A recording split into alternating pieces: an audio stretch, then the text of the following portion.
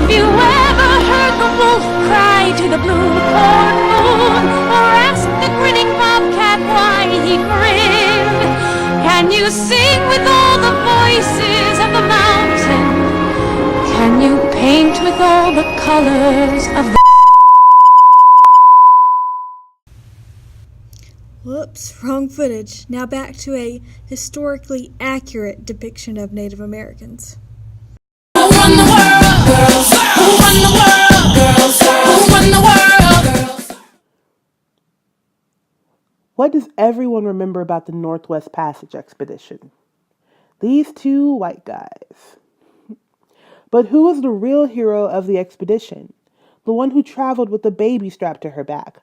The one without whom Lewis and Clark would not have survived the expedition. That's right, Sacagawea.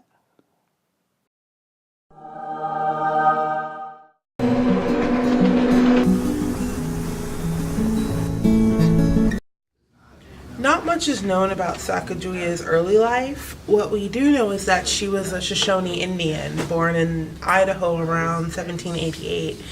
And when she was around 12 or 13, she and another Shoshone girl were taken captive by the Hadassah tribe and sold to a fur trapper named Toussaint Charbonneau.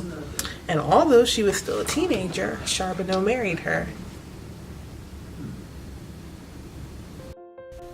In October of 1804, Lewis and Clark arrived at the Hidatsa village where Sacagawea and her husband were staying. The two men had been tasked by Thomas Jefferson to explore the lands of the newly acquired Louisiana Purchase. At first, they were going to use Charbonneau as a guide and Sacagawea as an interpreter. Sacagawea quickly began to contribute more to the journey through her knowledge of the land, the river, and native plants. With her baby strapped to her back, affectionately named Pompey by Clark, Sacagawea began her journey with Lewis and Clark. In one instance, the company's boat was overturned because Charbonneau was an incompetent driver, but we won't get into that.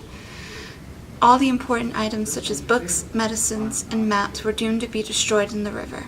With quick thinking, Sacagawea managed to rescue everything and ensured that Lewis and Clark's expedition would continue. On June 2nd, Sacagawea became very ill.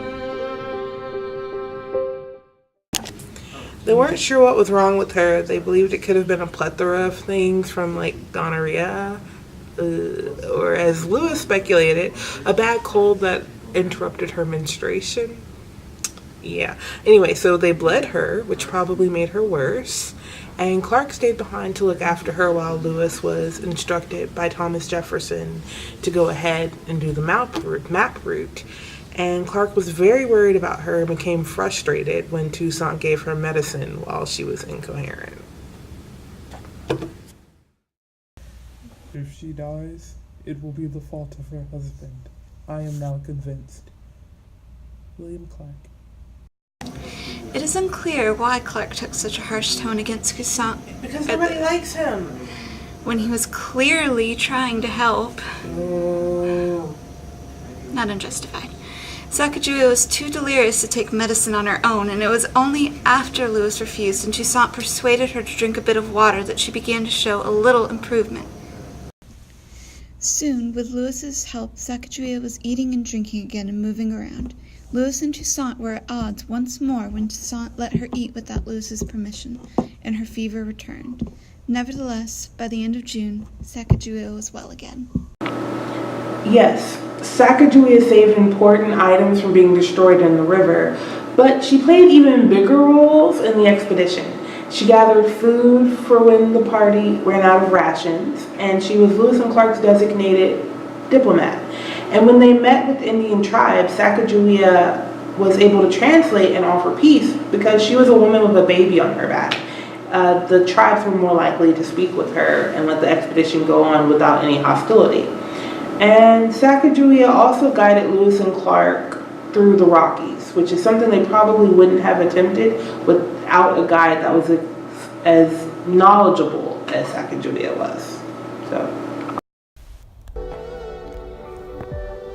On November 15, 1805, the expedition finally saw what they had started out for over a year ago, the Pacific Ocean.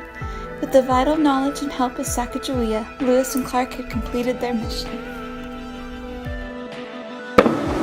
Sacagawea had never seen the ocean before. Can you imagine living your whole life in Idaho surrounded by mountains and forests, and then you get to see this giant, beautiful expanse of ocean, the likes of which you've never seen? I can only imagine what she felt. After the expedition, Sacagawea and Charbonneau settled in Jackson, Wyoming. They conceived another child, a girl, named Lizette. What else is known about Sacagawea's life after she departed from Lewis and Clark's expedition remains a mystery. According to Clark's diary, Sacagawea died around her mid-20s. Her native tribe, the Shoshones, claimed that she came back to them in her 70s and lived well into her 70s. Because the Shoshone did not have a written language, this is doubtful, and there's much historical evidence that points to the fact that Sacagawea did die of an illness somewhere around December of 1812. Even Sacagawea's burial site is a mystery. Over 200 years after her death, it still remains one. Although Sacagawea's early life and the end of her life are mostly unknown to historians, there is no arguing that she left behind an infallible legacy with Lewis and Clark that lives on to this day.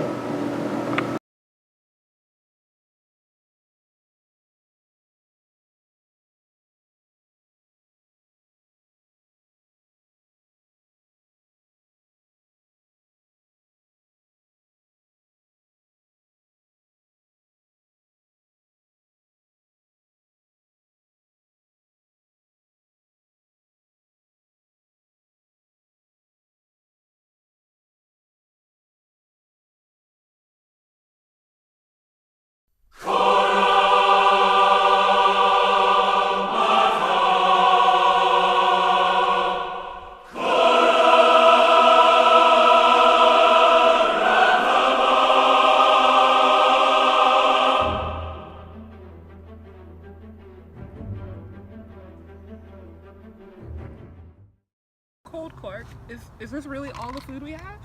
Yeah, we ate the rest No, of it. it can't be all the food. It's just like one thing of chipped beef and some wafers. Like, what are we supposed to do with that? Survival of the fittest. Wait, are you kidding me? No, you can't eat that. Are you No! No! No! I'm supposed to eat this? I'm supposed to eat this. I'm gonna eat it all. Can't have anything. Give me that. What's good? It's your girl Sacagawea, or is it Sacagawea? Either way, we gon' pronounce it with a hard G. So listen to my story about me and my baby. Sacagawea, yes, that is me. Or is it Sacagawea? We gon' pronounce it with a hard G, cause I'm a G. Give me my props, don't be shady. Yes, I'm a G. And so is my baby. Strapped him on my back, he was a couple of days old. Pull up a chair, listen while my story unfolds. I was living with a Frenchman named Charbonneau, but the Shoshone tribe was my original crew. Anywho, here we are up in North Dakota, when a group of white men invited themselves over. Meriwether Lewis and William Clark, they were explorers. Corps of discovery is what we can call them. President Jefferson wanted to explore the Northwest, sent them on a mission to document more of the U.S. So here they are, 1804, no GPS or even cars, without a clue on what to do till they met me in Charbonneau. You know what I did? Gathered my things and my kid. I know this land and this language like the back of my eyelid.